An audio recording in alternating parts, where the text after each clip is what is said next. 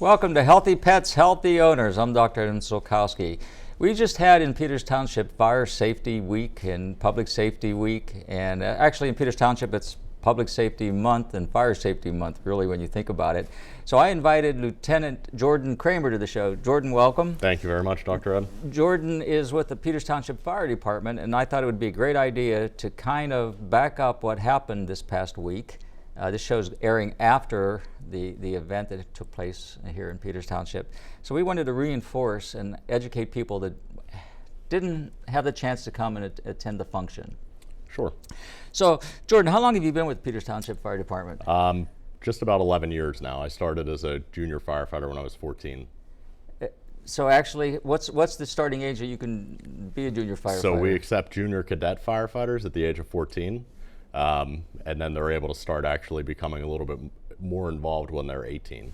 So like, you know, I remember as a kid wanting a fire truck and asking Santa Claus because I wanted to be a fireman. That never happened. What brought you into the desire to become a firefighter? So I had very similar interests, and they kind of died down as I had gotten older. And then I had an encounter with the Peters Township firefighter when I was about 14, and he told me about the program. So once I learned a little bit more about it, I contacted the department and started to get involved, and the rest is history. I became hooked pretty quickly. Yeah, it's an interesting profession because you're providing fire safety, fire education, and even the fire department responds to car accidents even. So absolutely, your presence is seen throughout the township. Sure, absolutely. So can you give us a little bit of a background on Peters Township Fire Department, when it started? Yeah, absolutely. So in 1937, it was started by a group of concerned citizens. They didn't have a good route for fire safety, fire suppression. They got together and started the volunteer fire company.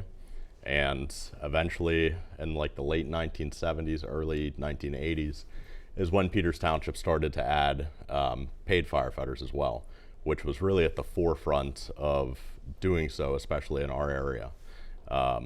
And from there, we hired more and more firefighters, and today we're a combination fire system comprised of volunteers and career firefighters. So how many members are there of the fire department? Total between the two, it's almost 50 firefighters, which is a great number for our community. And how many on duty at a given time? So our minimum overnight is 2 firefighters. During the day, we range anywhere between 3 and 5. So that's our absolute minimum, but we're normally running with 5 to 7 people, hopefully. So in the olden days, I can remember the fire sirens going off, and that was sort of a call for the firefighters to Sure. to come in and prepare themselves to attend to the fire. Right. Is that still going on the same way, or with all the new communication devices, it's changed? Right. So in our municipality, we no longer use those sirens. We still have a couple of them throughout the township, but they've slowly been decommissioned, and to be honest, we don't know for sure whether the ones that are still there work. But when you look at some other communities, they still do use a fire siren. But now with the newer technology, every time we get a call, I have all of the location, every piece of information I might need for that call that comes to my phone. Additionally, we have iPads in our truck, and we have pagers and radios as well that alert us to incidents. So how many people will get called? I remember first alarm fire, 2 alarm fire. Is that still in effect? And how does that translate into the number of firefighters that are attending a call? It changes a little bit. So you'll see a lot of that in big cities when they go from a 1, 2, 3 alarm fire. We don't follow a system such as that in Washington County. However, as a fire expands, if there are special circumstances such as it's extremely hot or humid and we need more people, we can add additional departments to our call or our emergency that we're operating on as needed. So it can range anywhere from 20 to 50 people that we'll need on scene. Wow. And do you often have the necessity to call other fire departments from surrounding areas in? Sure. So on about 70% of our calls, we actually work mutually with North Strabane Township. Our municipality has an agreement with North Strabane that we respond to all fire alarms, all structure fires, and all accident with entrapments together. So if it happens in their community, we go to them. If it happens here, they're coming to us. And with reduced staffing numbers, that's how we're able to ensure that within 5 to 10 minutes of the emergency, we have the adequate number of personnel on scene. And how many stations do we have here in Peters Township? So currently we have 2 fire stations. The township is exploring potentially adding another one in the future. Per standards and what we should have in our community, we should have at least 4 fire stations to adequately cover. Peters Township is a sizable area. It is, yeah. We're almost 20 square miles and we've got a lot of residents. Our other concern is when you look at the Venetia district on the other side of the township from where we are right now, that's where the majority of our new construction is going. There's a lot of building, there's a lot of development. Sure. And we want to make sure that we're providing the best service for those residents over there. So, you know, when you buy your home and you of course insure it, the first question they ask, how close are you to a fire hydrant? Sure. You know, and I lived in that area for 17 years prior to moving to Arizona. Okay. And when I came back, just this summer, got another place in that same area. Okay. So it's out there a little bit. It is. And we certainly rely on other departments too. If we have a call over there and we need a little bit of help, we can call some people that are border our community on that end. But which would be Finleyville most likely? It could be, but they're not staffed 24/7 as we are. So by the time they're able to get somebody in the station and respond to the call, a lot of times we're getting there at the same time. So it's important that we keep our standard of response in that district as well. And we certainly, you know, don't want any emergencies that go the bad way to happen. So building a station and staffing it in that area is important to us. So we'll see where that course takes us over the next few months. So how is the fire department funded? So it's a combination of funding. So we are a combination system with career and volunteer firefighters, meaning we receive funding from Peters Township, the municipality, that pays for many of the salaries, the stations, our fire apparatus. But we also have funding from donations from the volunteer fire department. So all of our residents know that they get a fund drive once a year, or they might get a second mailing if they didn't make a donation the first time. But those funds are really important to us because they help satisfy needs that maybe did not fit under the township budget because budgets are tight. So it's really important that we have those donations coming in. Under 20% of our residents actually donate to the fire department, which is a low number when you look at our municipality and our surrounding municipalities. So we're trying to increase that awareness so that people know that, you know, those are really important to us. Yeah, it's something that you don't really think about, and you probably, the average citizen here probably thinks that our tax dollars are funding the fire department completely. Sure, right, and that's they do. Not the case. Right, they do satisfy a huge need for us. But again, those extra donations are how we're able to add the extra touches that really make Peters Township Fire Department what it is. So you're a lieutenant in the fire department. Correct. What are the different rankings?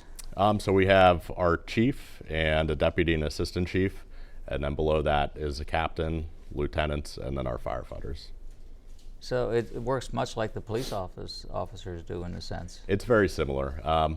Most of the public safety agencies follow some type of hierarchy similar to that.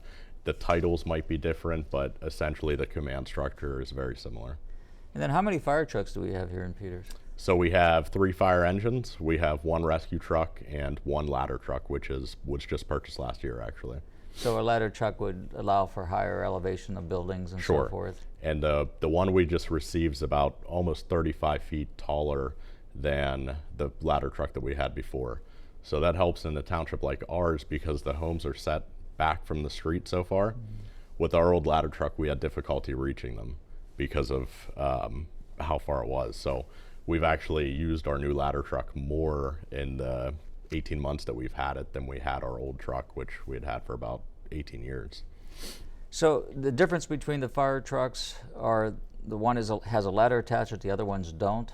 Essentially, so the way that we build our trucks in Peters Township is that most of them can handle any emergency. When you go to a bigger city, it's a little bit different. They're built for one aspect. We aren't able to do that because we only have 2 people working. So if we're out on a car accident and a structure fire comes in, that truck may have to go straight to the structure fire. And if they don't have water on the truck, then we're in a pretty bad situation. But primarily, our engines, their main purpose is to put out fire. They carry water on them. Our rescue truck, its main purpose is any type of rescue. It also carries water on it though, so we have it all the time. So before you would have to hook up to a fire hydrant, you have that accessibility of the water being there and you're immediately trying to put out the fire. We, for the most part, all of our apparatus have at least 750 gallons of water on them. So when we pull up to a fire, if we know that somebody's trapped inside and we need to get them out, rather than stopping at a fire hydrant, which would take a couple minutes, we can drive straight to the scene and start to hopefully extricate them from that structure. The next truck in, whether it would be from North Strabane or one of our other engines, would hook up to the hydrant. For the interest of public safety on the roads, when we see a fire truck, how should we respond? And is there a difference between a siren and lights? So if our lights are on, technically our siren should be on. Okay. So there's really not too much of a difference there. If you see the lights or sirens, we should be slowing down and pulling to the right. As cars have become better insulated and better built and people listen to louder music, it really is dangerous. Because they don't pull over, and that causes us to have to go into the oncoming lane of traffic to be able to get around. So we have a lot of two-lane roads here in Peters Township. Sure. So if I see a fire truck behind me, and sometimes, as you mentioned, you're listening to that stereo, or Yes. half the population at a given time was on their cell phone some way or another. Right. And we're not paying attention to that sound. And then you're all of a sudden you're on us, but we should immediately pull off to the shoulder, stop the car, and allow you to pass through. Absolutely. Is there a difference if I'm riding down Route 19 or Washington Road and it's a 4-lane highway and I'm heading southbound and you're heading northbound? So normally we're still always going to try to go to your left. Whether you're in the passing lane, the slow lane, we are going to try to pass to the left so that everybody can move to the right. Essentially, anytime somebody sees a fire truck, though it's coming towards them, they are supposed to slow down and move to the right, regardless of which side of the road they're on. And that's because we may have to go into the oncoming lane to be able to access whatever road or street we're going to, or to navigate around traffic that is not moving or is stopped. Yeah, with the amount of traffic that we hear, sometimes that becomes a problem for you guys, I would imagine. It does, and we, especially on a 4-lane road, we often have cars that are going into the oncoming lanes as they try to get out of our way, but it can be very, very dangerous. So we really try to drive in a defensive mode. We watch what we're doing, and we try to keep the public safe, because one of the main injuries of firefighters is actually responding to and from emergencies. Because your adrenaline's up, you know there's a situation going on where lives may be at risk, and you're focused on getting there, and then you have to deal with all of the almost like being a pinball machine. Yeah, that's a very good analogy for it. Absolutely. Yeah, that's what I've witnessed when I've seen a fire truck with the lights and siren And on. everyone reacts differently, so you have to expect the worst when you're driving behind someone. And we're only responding to emergencies with lights and sirens when it is a true emergency. If we're going to a call that does not necessitate it, you won't see us driving with lights and sirens. We'll go non-emergent, and that's fine. But if you see us driving in an emergent mode, that means we really need to get where we're going. And I think some of the problem might even be that we have a transient area here of people coming in and out from all parts of the world, all parts of this country, and laws could be slightly different in those areas, and they're not aware of the laws here. Right. So, and again, that's why I think it's so important for what the fire department does with their education program. Right. You even have a van that you go out and take to schools and different areas of the community to help educate people on fire safety. Right. So part of our fire prevention is the use of our fire prevention trailer. It was purchased for us by the Chamber of Commerce and a few other agencies that is shared between ourselves and North Strabane Township, but it's essentially the inside of a house.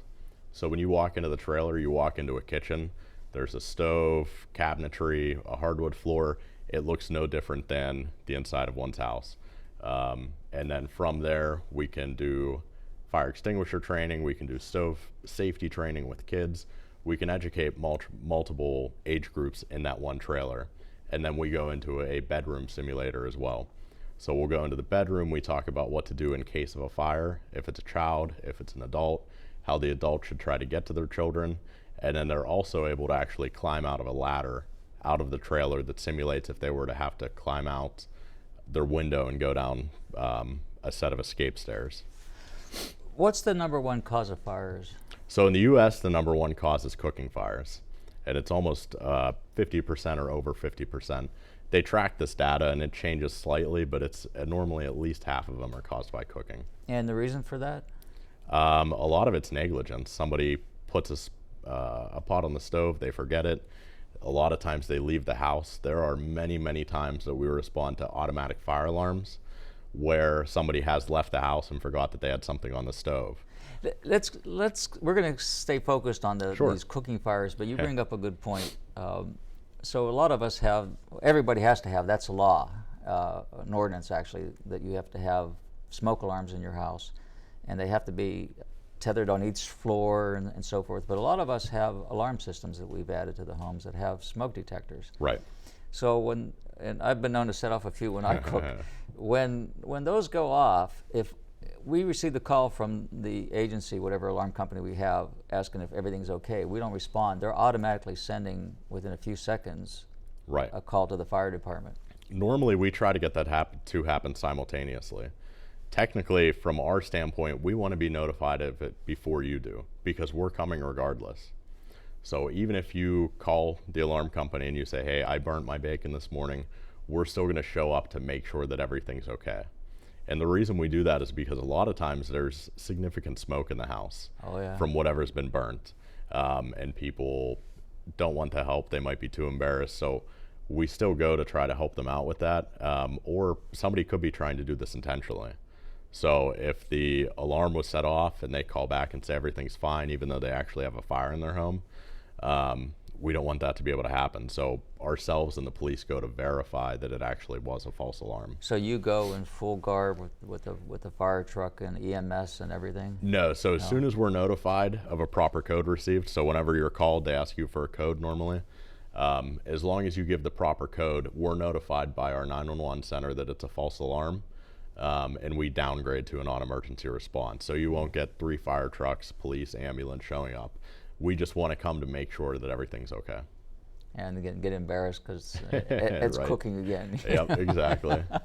So cooking is the #1 cause of fires in the home, and you mentioned neglect, and I can see how that happens because everybody's multitasking Yes. or talking on the phone. I'm sure Sure. that happens a lot, and you forget that you put something with oil on the Right. stove, and those fires are like flash fires, I guess you would term it.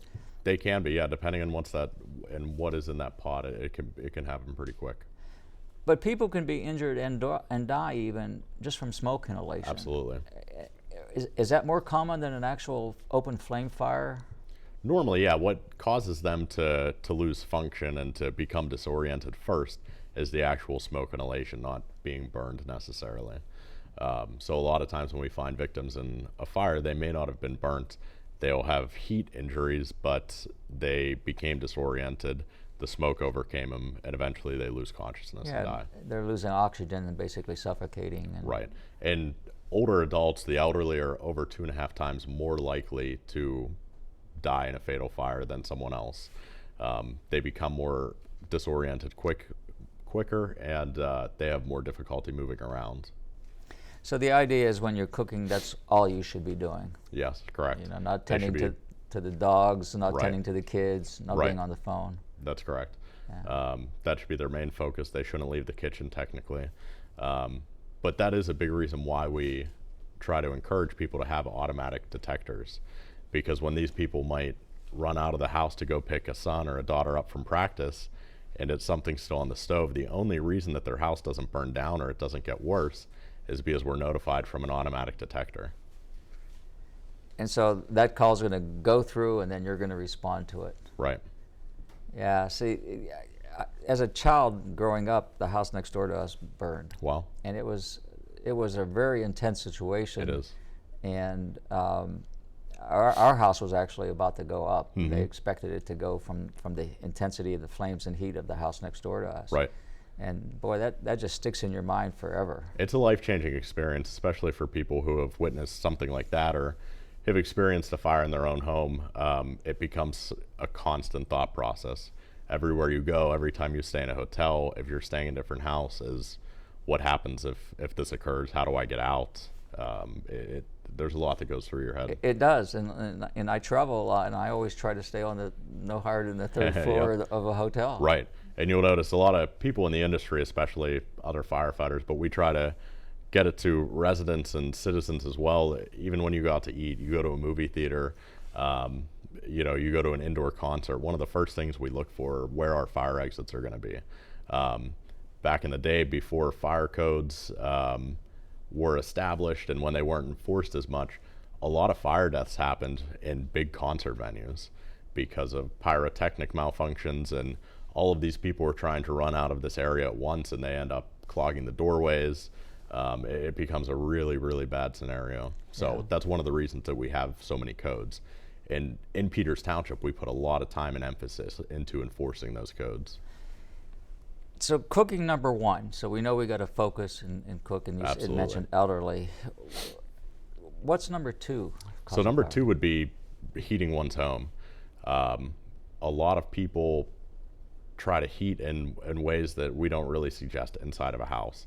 So obviously we'd suggest actual systems that are built in the home to heat a house, but there are still people that try to heat via ovens, with space heaters, and that becomes a really dangerous situation. It becomes dangerous in fire and inhalation of fumes and toxic fumes. Right. So and I think that's more prevalent as the cost of energy goes up, and people are trying to save some money, and they end up causing problems. Right, and even just regular chimney fires. So especially at this time of year, we're going into October and November, people are going to start to use their chimneys for the first times. Those need to be cleaned every year. If they're not, we get a creosote buildup, and eventually that can light on fire and cause a chimney fire. What about furnace checks? Should that be done annually? Yeah, we try to suggest every year at least before you start it up. So these smoke detectors that we all have now, I think even Peters Township has an ordinance for if you have an attached home, a townhouse, or whatever, you have to have a sprinkling system in it, isn't it? Isn't that the case? Yeah, so if the building's touched normally, so if you are building a townhouse or you're in it, things that have been built prior to the codes or ordinances obviously don't have to bring it up to scope unless they did a really large renovation. But if somebody comes in and they want to build a new row of townhouses, as long as those are touching, they do have to be sprinklered and monitored. That's correct. I remember when the smoke detectors first coming out, and I actually remember my father getting one and putting it in the house, and they were battery operated at the time.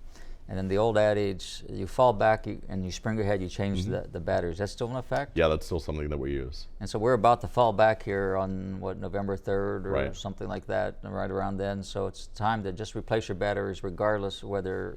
That's normally what we go with. Now, there are a lot of what they consider 10-year smoke detectors now, where you shouldn't have to replace the batteries, but if you do have any type of replaceable battery, we suggest that it be replaced on that cycle.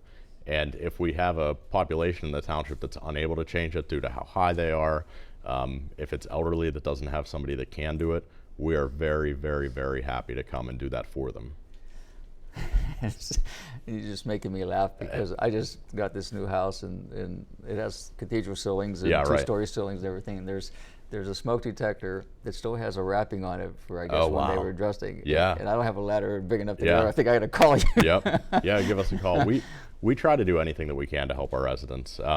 And smoke detectors are one of the biggest things that saves lives in a fire, because if you're not alerted to it, you will be overcome by smoke and have the potential to become disoriented. And that's usually what happens. It's a smoke fire before somebody dies of actual flame death. Yeah. So with this education program, and you're reaching out on, for example, this show, you reach out for your events, you have your trailer that you go around. And in fact, I would love to get you to come on my radio program. I'm extending the invitation now to talk about it. Also, I think it's so important. As I say, I was ingrained with this fire that I witnessed. Now, fortunately, nobody died, but it was close. The only thing, they lost their cat, which was traumatic enough. It is, and that's a big emphasis for us too. Many of us are pet owners within the fire department, but we understand how important a family pet is to the family. So if we pull up and everybody's out of the house, but we know that a pet's inside, we're going to go in and do everything that we can to get that animal out.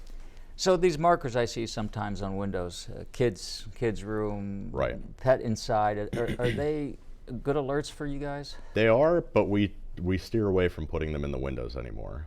So that started a couple years ago, to not identify where a bedroom is that a child could be sleeping. That's what I was thinking, yeah. Right. So we don't do that anymore. What we suggest instead is to put the tot finders, or what they're called, inside the house on the bottom of the door of the bedroom of the child. so that if there is a smoke environment, you do have a fire in your home, once we come in and we're crawling around, the lights on our helmets and on our gear will actually reflect off of that sticker. The stickers are reflective, so as we're crawling through, it's going to reflect back at us and we'll know to check that room. You know, interesting, that fire I was referring to is that when I was a child, that was when the first smoke detector started to come out. Right. And the next door neighbors had bought it, but it was sitting on their dresser and they never bothered putting it up. Wow. And their cat actually woke them up and saved their lives. Yeah. They would have perished if it wasn't for the cat. Sure. We had a fire within the past year where something similar happened, where it was a dog that alerted the family and none of the smoke detectors were activated. Yeah, that's scary. It is, yeah. You know, and then pets tend to go hide out of fear when there's smoke. I had a couple of dogs that were totally afraid of smoke. I couldn't light the fireplace. If I cooked and I burned something, they would run into the shower in the bathroom and hide. Right. You know, they do.